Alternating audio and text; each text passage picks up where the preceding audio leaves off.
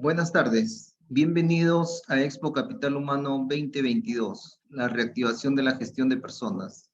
Este webinar está a cargo del estudio Binatea y Toyama. En esta oportunidad nos acompaña como expositor Álvaro García. El tema de la ponencia es la nueva ley de teletrabajo. Antes de comenzar, queremos compartir con ustedes algunas recomendaciones para disfrutar de este espacio. Asegúrese de estar en un lugar con buena señal de internet, un espacio con poco ruido. En este espacio, las preguntas para el ponente podrán ser formuladas por escrito en la sección de preguntas y respuestas. Seleccionaremos algunas de ellas para ser respondidas al final de la sesión. Recuerden que podrán encontrar esta conferencia durante los 3 días del evento en la sección Entrevistas y Contenidos de la feria. Muchas gracias y bienvenidos. Adelante, Álvaro. Muchas gracias por el pase. Buenas tardes con todos. Efectivamente, en estos 30 minutos que tenemos, vamos a conversar sobre esta nueva ley de teletrabajo, ¿no?, que se ha publicado hace pocas semanas, enfocándonos en sus aspectos más relevantes, ¿no? A ver, miren, las características de este nuevo teletrabajo, aquí en esta primera diapositiva he querido enlistar las más importantes, de pronto las más visibles, ¿no? Como lo plantea esta ley, ¿no?, nos habla de que el teletrabajo es una condición regular o habitual, es decir, el teletrabajo que va a estar regulado por esta ley es aquel teletrabajo que se realiza de manera regular o habitual. Ahora, esta mención, este primer enunciado, ¿no?, yo he escuchado, ¿no?, que podría encontrar alguna contradicción dentro de la propia ley cuando nos dice que el teletrabajo puede ser temporal o permanente, ¿no? ¿Por qué? Porque si por un lado nos habla de que el teletrabajo debe ser regular o habitual, invitaría a pensar que el teletrabajo regulado por esta ley sería aquel que es permanente, ¿no? Sin embargo, líneas debajo en la misma ley nos habla de que el teletrabajo podría ser temporal, ¿no? Creería yo que no hay ninguna contradicción, sino que se refieren a dos aspectos diferentes, ¿no?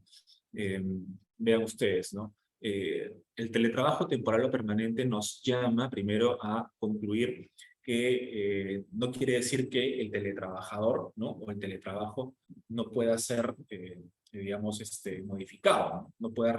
No pueda ser revertido, ¿no?, sino que solamente, digamos, por cuestiones de necesidad, se requiere que el teletrabajador haga teletrabajo en algún periodo de unos meses, algún periodo del año, ¿no? La condición regular habitual va más en el sentido de que lo que se busca con esta ley de teletrabajo es que sea una figura pues ya consolidada, como una suerte de herramienta que esté siempre a la mano de los empleadores, ¿no? Visto entonces lo habitual o regular como una suerte de posibilidad de que el empleador acceda a esta herramienta en cualquier momento, ¿no?, más allá de que el teletrabajo sea temporal o permanente. Insisto, y esto lo vamos a ver luego, ¿no? Este nuevo teletrabajo es diferente al teletrabajo anterior, que ha venido a ser derogado, y se parece un poco más al trabajo remoto, que es el que rigió gran tiempo, gran parte de la pandemia. A ver, otra característica del nuevo teletrabajo es su carácter voluntario y reversible, ¿no? Esto es importante y aquí sí se distingue un poco del trabajo remoto. Luego vamos a hablar de esto. Voluntario en el sentido que se requiere voluntad de ambas partes, ¿no? Es decir, el teletrabajo no es impuesto por el empleador, ¿no?, sino que tiene que surgir del acuerdo con el trabajo. Existen algunos supuestos excepcionales que permiten que el empleador imponga el teletrabajo, ¿no?, o simplemente imponga la medida, ¿no? Pero son supuestos excepcionales, ¿no? El teletrabajo, tanto este nuevo teletrabajo como el teletrabajo anterior, parten, ¿no?, de que exista una voluntad, ¿no?, voluntad de ambas partes digamos, realizar el trabajo a distancia. Reversible en el sentido de que, digamos, como lo dijimos hace unos minutos, ¿no? Digamos, si las partes, ¿no?, identifican que el teletrabajo no está funcionando, por ejemplo, ¿no?, o por cuestiones de necesidad se requiere que el trabajador ahora en adelante preste servicios de manera presencial, se puede revertir. he ahí la naturaleza reversible del teletrabajo, ¿no? No es una condición que no se pueda cambiar, ¿no?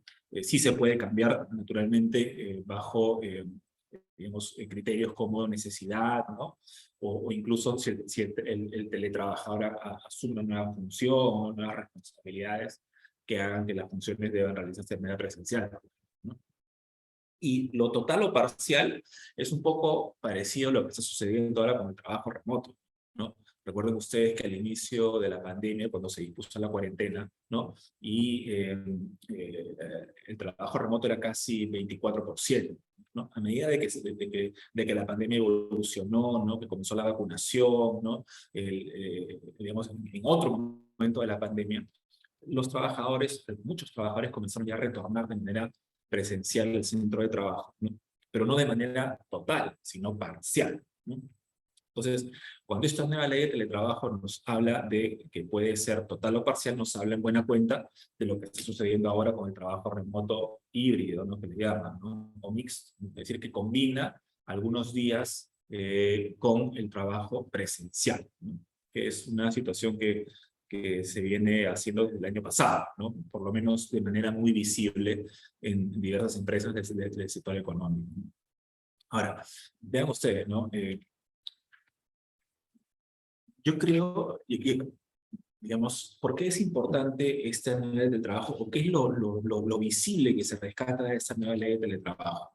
Desde mi punto de vista, debemos remitirnos necesariamente al trabajo remoto, ¿no? Vean ustedes, ¿no? Situémonos en los meses anteriores al inicio de la cuarentena, ¿no? Desde febrero, marzo, ¿no? Cuando sabíamos que la pandemia iba a llegar en algún momento a nuestro país, cuando llegó el paciente cero, como se le llama, ¿no? El Estado, ¿no? Bueno, se emitió una diversa normativa y entre ellas creó el trabajo remoto, ¿no?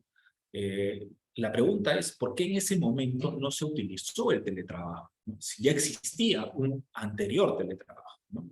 Que precisamente ha sido derogado por esta nueva ley, ¿no? Ese teletrabajo, señores, en realidad no fue muy útil. Cuando realmente se le necesitó, no fue muy útil. Según cifras oficiales, ¿no?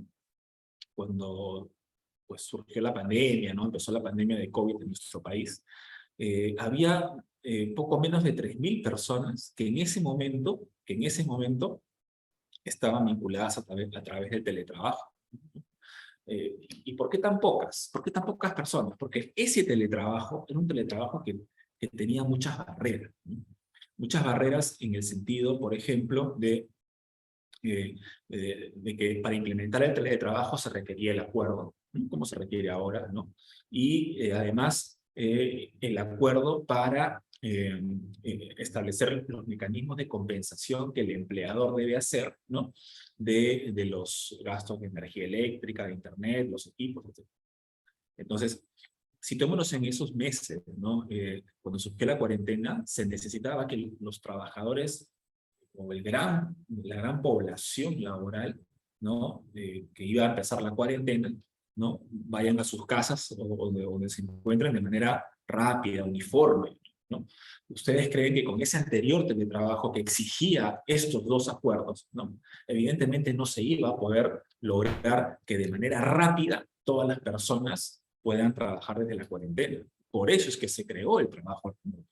Porque el trabajo remoto, a diferencia de ese teletrabajo, basado en una comunicación del empleador. Te comunico, el trabajador, que a partir de mañana, que comienza la cuarentena, vas a trabajar desde tu casa. Así es el trabajo remoto. Basta la mera disposición del empleador. No se requiere ningún acuerdo. Y además, las normas que crearon el trabajo remoto no establecieron la obligación de compensar los gastos, ni mucho menos ponerse de acuerdo en cómo se iban a compensar esos gastos, ¿no? De ahí que el trabajo remoto, ¿no? Fue de rápida implementación y sobre todo muy exitoso, ¿no? En los picos más álgidos de la pandemia superaban las 300.000 personas, trabajadores, digamos, en trabajo remoto. ¿Por qué? Pues porque no tenía las mismas barreras que ese teletrabajo. Entonces, con esa experiencia, ¿no? Del trabajo remoto y esa utilidad que sí tuvo el trabajo remoto en la pandemia y que no tuvo el teletrabajo, a nuestro criterio, es lo que ha desencadenado en esta nueva ley de teletrabajo. ¿Por qué? Porque si bien es cierto, esta nueva ley de teletrabajo todavía exige el acuerdo, ¿no?, para implementar el teletrabajo, la obligación del empleador de compensar los gastos, sí se sitúa en casos excepcionales, por ejemplo, el estado de emergencia, ¿no? La norma, esta nueva ley de teletrabajo, nos dice que en caso de estado de emergencia, ¿no?, el teletrabajo puede ser dispuesto unilateralmente por el empleador, sin que se requiera ningún acuerdo. Entonces, claramente, ese es un extremo de esta nueva ley que nace de la experiencia adquirida de esta pandemia, ¿no? Entonces, ojalá no suceda, pero si sucede una nueva pandemia, ¿no?, similar, ¿no?, a la que todavía tenemos, ¿no?, porque no ha terminado todavía la pandemia, ¿no?, esta ley de teletrabajo va a tener la utilidad que no tuvo aquella primera ley con la pandemia del COVID, ¿no? Porque ha acogido, ha asumido la experiencia aprendida, el aprendizaje que se ha tenido con el trabajo remoto. Esto nos lleva entonces a la primera gran conclusión. ¿Qué va a pasar con el trabajo remoto? Creemos nosotros que desaparece. Sabemos que está vigente hasta el 31 de diciembre de este año, ¿no? Pero como quiera que ha sido recogido como una situación excepcional dentro de esta ley del trabajo remoto, a nuestro modo de ver, el trabajo remoto dejará de existir en el año 2023, ¿no? Es decir, no se va a prorrogar la vigencia del trabajo remoto. Pasará a ser un antecedente, algo que ya no se va a utilizar, ¿no? Entonces, eso también es una utilidad de esta nueva ley de teletrabajo, ¿no? Es algo, desde mi punto de vista, algo muy importante porque evidencia aprendizaje por parte de nuestras autoridades. ¿Qué principales obligaciones tiene el empleador con esta nueva ley de teletrabajo? Que dijimos, ¿no? Aquí sí expresamente se señala, a diferencia del trabajo remoto, que tienes que proveer los equipos, el servicio de internet, o compensarlos, ¿no? Depende si el trabajador compra su laptop, el empleador compensa. Así como compensar el costo de la energía eléctrica, ¿no? El reglamento seguramente va a precisar mayor detalle sobre el particular, ¿no? Seguridad y salud del trabajo, identificación de riesgos, similar, ¿no?, a lo que sucedió con el trabajo remoto. Nos recordamos que el nombre de trabajo remoto estableció la obligación de identificar nuevos riesgos, ¿no? Accidentes, en buena cuenta, accidentes en casa, que puede suceder, accidentes de trabajo en casa. Evaluación objetiva de iniciativa del trabajador. Esta nueva ley del trabajo se pone en la situación que el trabajador tome la iniciativa, ¿no? Señor empleador, quisiera cambiar la modalidad de mi prestación de servicios a teletrabajo. El empleador tiene que evaluarlo, ¿no? La norma exige que sea una evaluación objetiva. ¿Qué quiere decir? Tendrá que sustentar. Si aprueba o desaprueba ese pedido del trabajador, tendrá que sustentarlo objetivamente. Hay silencio positivo, interesante, ¿no? Si el trabajador pide cambiar a teletrabajo y no es contestado dentro de cierto plazo, que son 10 días, se tiene aprobado el teletrabajo. Interesante, ¿no?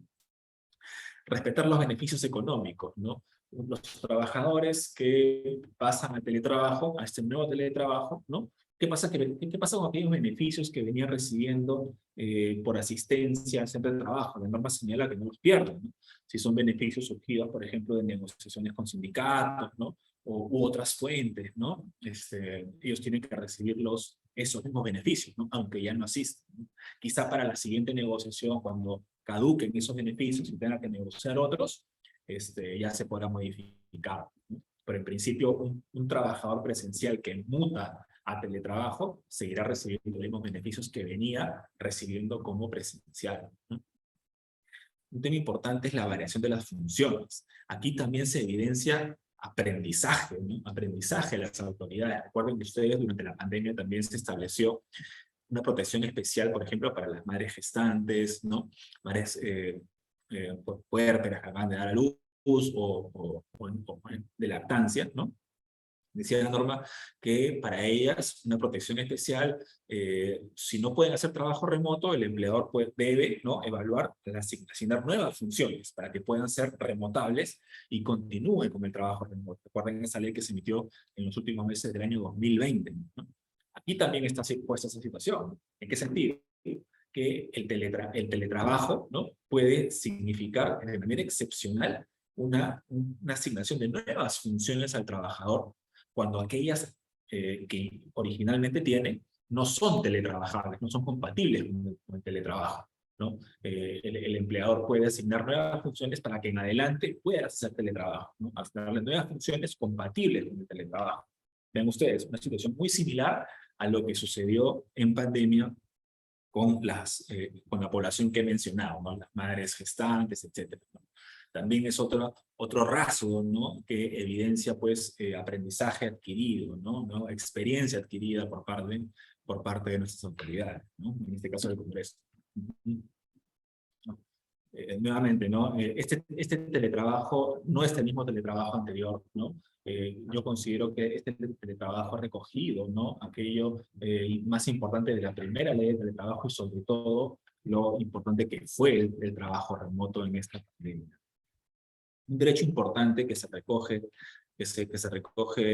también en esta nueva ley de teletrabajo es la desconexión digital, ¿no? Un derecho que surgió también en pandemia, un derecho reactivo. Yo lo llamo reactivo, ¿por qué? Porque vino a crearse meses después del inicio del trabajo remoto, ¿no? Últimos meses del 2020, y como respuesta a un clamor, ¿no? De los trabajadores que ya en remoto sentían que trabajaban más horas que cuando estaban en la oficina, ¿no? Creo yo que eso fue un derecho reactivo, no proactivo, porque si no se hubiera creado junto con el trabajo remoto, ¿no? O en todo caso con el primer teletrabajo, ¿no? En el 2013. No fue así. Se creó, se estableció la norma positiva en los últimos meses del 2020, ¿no? Cuando el trabajo remoto ya estaba, ¿no? Ejecutándose, ¿no? Ahora, yo sí aquí identifico todavía una omisión por parte del legislador, ¿no? Desde nuestro punto de vista, el derecho a la desconexión digital lo están asociando mucho o al trabajo remoto en pandemia o ahora al teletrabajo, pero se están olvidando de un grupo muy importante, que son los trabajadores presenciales, ¿no? Yo creo que es incorrecto sostener que el derecho a la desconexión digital le asiste únicamente a los trabajadores en remoto o a los teletrabajadores. ¿Qué pasa con los trabajadores presenciales? Yo pregunto, ¿qué busca proteger el derecho a la desconexión digital? Evidentemente que no reciba, ¿no? Que no tenga la obligación de atender llamadas o correos cuando estoy fuera de jornada. Eso busca el derecho a la desconexión digital, ¿no? Yo me pregunto, ¿acaso esa protección no la deberían tener los trabajadores presenciales? ¿No es acaso que los trabajadores presenciales también cuentan con dispositivos celulares, smartphones, correos electrónicos, ¿no? ¿O es que ellos sí están en la obligación de contestar la llamada de su jefe a las 9 de la noche fuera de jornada? Por supuesto que no. Yo creo que el legislador está errando, ¿no? Me parece que está olvidándose, ¿no? De los trabajadores presenciales que ahora van a ser nuevamente más, porque por lo menos por lo que se puede ver, el trabajo presencial está reactivando a pasos agigantados. Entonces, yo creo que el derecho a la desconexión digital es un derecho que le pertenece a todos, ¿no? Incluyendo trabajadores presenciales, ¿no? Porque ellos también tienen derecho a desconectarse, ¿no? Derecho a la desconexión digital y derecho a desconectarse. El trabajador presencial, realizada su jornada, también tiene derecho a desconectarse, ¿no? Bueno, en cuanto al teletrabajo, el derecho a la desconexión digital es muy similar a cómo se reguló en el trabajo remoto, ¿no? Es el derecho a no contestar llamadas, no recibir llamadas. El empleador te puede llamar a 10 de la noche. Tu derecho es a no contestar y que no te sancionen por ello. La norma habla de mínimo 12 horas, ¿no? Mínimo 12 horas y además, una cosa que se ha modificado es que ahora es una infracción muy grave, ¿no? No cumplir con la desconexión digital. Cuando se implementó con el trabajo remoto, ¿no? Se habló de una infracción grave desde el punto de vista de la inspección del trabajo, ¿no? Eso es algo interesante que se ha establecido. A ver, otros aspectos. Bueno, la inspección del trabajo, SUNAFIL, ¿no? Ya con esto vamos terminando, ¿no? SUNAFIL tiene la responsabilidad de fiscalizar el cumplimiento de las disposiciones sobre teletrabajo y sobre desconexión digital, evidentemente, ¿no? Sobre lo primero, ¿no? Todavía pues, esta nueva ley de teletrabajo debe adecuarse, ¿no? Los empleadores todavía se encuentran utilizando el trabajo remoto, ¿no? Tienen un tiempo más para poder adecuarse, todavía hay que esperar el reglamento, ¿no? Que se publique el reglamento. Pero, por ejemplo, yo les digo, ¿no? En SUNAFIL durante la pandemia tuvo muchas intervenciones para vigilar el cumplimiento de obligaciones en materia de trabajo remoto. Entonces, la inspección del trabajo ya tiene una experiencia también, ¿no? Una experiencia adquirida en cómo fiscalizar ese tipo de situaciones, ¿no?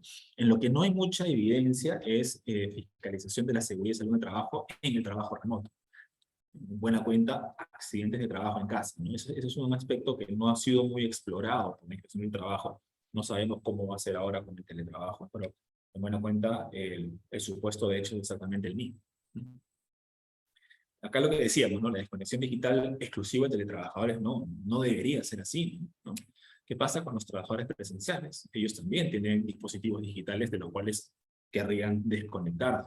Insisto, pero este error viene desde el trabajo remoto, ¿no? Porque cuando se creó el trabajo remoto en el año 2020, se incluyó como un capítulo dentro de la norma de trabajo remoto, ¿no? Ahora lo hacen dentro de la ley de teletrabajo, ¿no? Pero debería ser un derecho transversal a todos los trabajadores, incluyendo los trabajadores presenciales, ¿no? Y finalmente, la adecuación al trabajo remoto, insisto, el tránsito que va a suponer adecuarnos del trabajo remoto al teletrabajo, necesariamente va a exigir el acuerdo. No olvidemos, ¿no? El trabajo remoto bastó la decisión del empleador, ¿no? Fue un momento álgido, urgente, pandemia, apareció el COVID, ¿no? Entonces se requería una medida urgente, ¿no? De implementación inmediata, ¿no? Eso no sucede ahora con el teletrabajo. Para transitar entonces del trabajo remoto al teletrabajo, creemos nosotros que se va a requerir acuerdo, incluso con los trabajadores en remoto, ¿no? Porque así lo exige la norma, ¿no? Esta ley de teletrabajo, reitero, prevé la posibilidad de un teletrabajo unilateral, pero en algunas situaciones únicamente, ¿no? Excepcionales, que no sería este el caso. Si hablamos de un tránsito del trabajo remoto al teletrabajo, va a suponer entonces que el empleador se reúna con los trabajadores en remoto, ¿no? Y se ponga de acuerdo, ¿no? ¿En qué? Primero, en transitar al teletrabajo, ¿no? Y segundo, en el mecanismo de compensación o de adquisición de los equipos, ¿no? La computadora, por ejemplo, o las tablets, el iPad, ¿no? Así como el costo del servicio de Internet, el costo de energía eléctrica, ¿no? Aspectos que seguramente son aquellos que más preocupan a los empleadores porque evidentemente tienen un impacto financiero, un impacto económico en, pues en la economía de la empresa, ¿no? Entonces, eso es importante en esta nueva ley de teletrabajo. Como recomendación, ¿no? Las empresas desde ya vayan planificando cómo hacer ese tránsito, ¿no? Insisto, el trabajo remoto va a extinguirse, ¿no? La norma expresamente no lo dice, pero todo da a indicar que así será, ¿no? ¿Por qué? Insisto, porque esta nueva ley del trabajo recoge aspectos del trabajo remoto. Entonces, desde ya, ustedes tienen que ir viendo cómo va a ser ese tránsito ordenado, ¿no? Planificar, ¿no? Cómo va a ser la asunción de los gastos, de los costos, quién va a poner la computadora, etc., ¿no? Esperemos el reglamento que va a ser brindar más detalle, pero desde ya podríamos ir planificando, ¿no? Esa es la información que yo quería compartir con ustedes sobre esta nueva ley de teletrabajo, nuevísima, todavía está en planos, como se dice, ¿no? Falta implementarla, falta el reglamento, pero desde ya hay que ir viendo cómo hacer ese tránsito del trabajo remoto al teletrabajo, ¿no? Sea total o parcial. Creería yo que aquellas empresas que tienen a sus trabajadores en remoto híbrido, ¿no? Les va a venir bien pues un teletrabajo parcial, como lo propone la norma. Me parece que tenemos algunas preguntas. A ver. Es obligatorio, a ver, Cintia nos pregunta, ¿es obligatorio el control de asistencia en el teletrabajo parcial? Ese es un tema importante, ¿no? Miren, desde nuestro punto de vista, un teletrabajador es un trabajador no sujeto a fiscalización inmediata. Antes de pandemia, no pensemos en un trabajador a domicilio o en un trabajador de ruta, un vendedor de ruta, ¿no? Que no lo vemos. Sucedió lo propio con un trabajador en remoto y sucede lo propio con un teletrabajador, ¿no? Es un trabajador que no está sujeto a fiscalización inmediata. Y recordemos nosotros que los teletrabajadores, mejor dicho, los trabajadores no sujetos a fiscalización inmediata están exonerados de la jornada máxima y de registrar su asistencia, ¿no? A menos que podamos establecer mecanismos de fiscalización inmediata, ¿no? Por ejemplo, con GPS o otro tipo de mecanismo.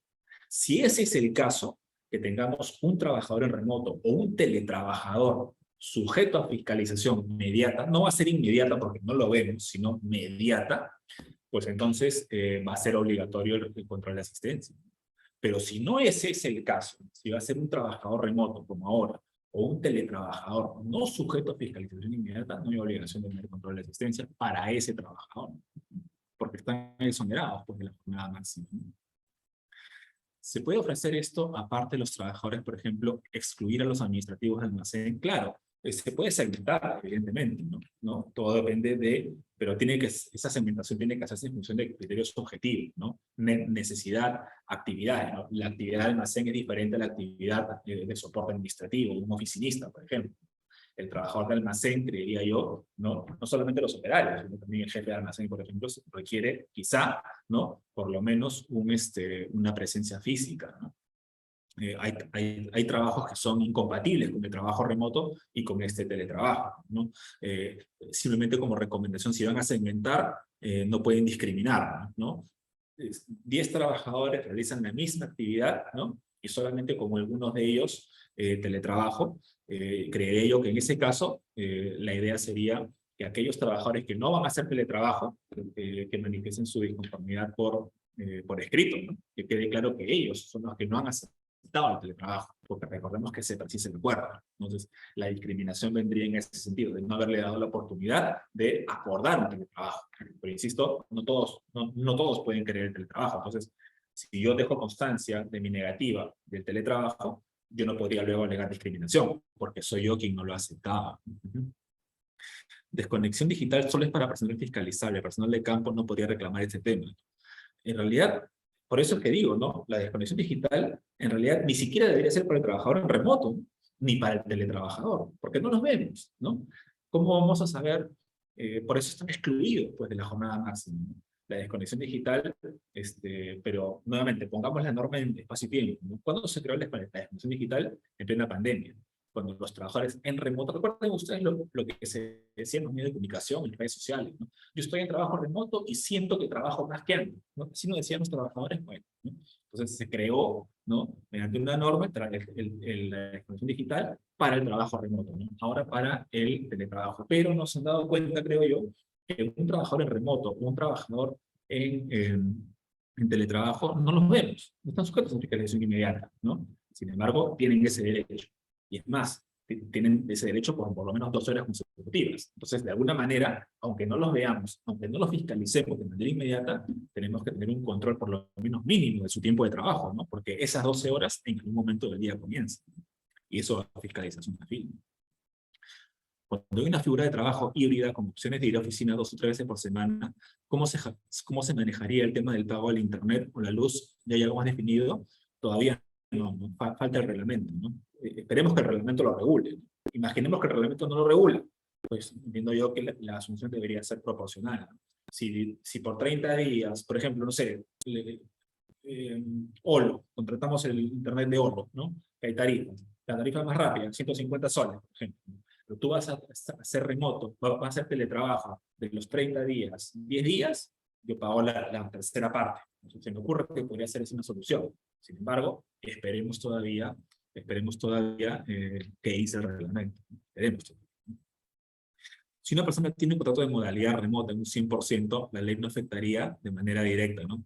Solamente el acuerdo, nada más. A ese caso, solamente se le exigiría el acuerdo, porque el tránsito no debe ser automático, ya que esta ley de teletrabajo exige el acuerdo. Y yo no creo que el reglamento diga los trabajadores en remoto pasan automáticamente al teletrabajo. Yo creo que no. Es más, dice lo contrario, ¿no? Dicen tienen que adecuarse, ¿no?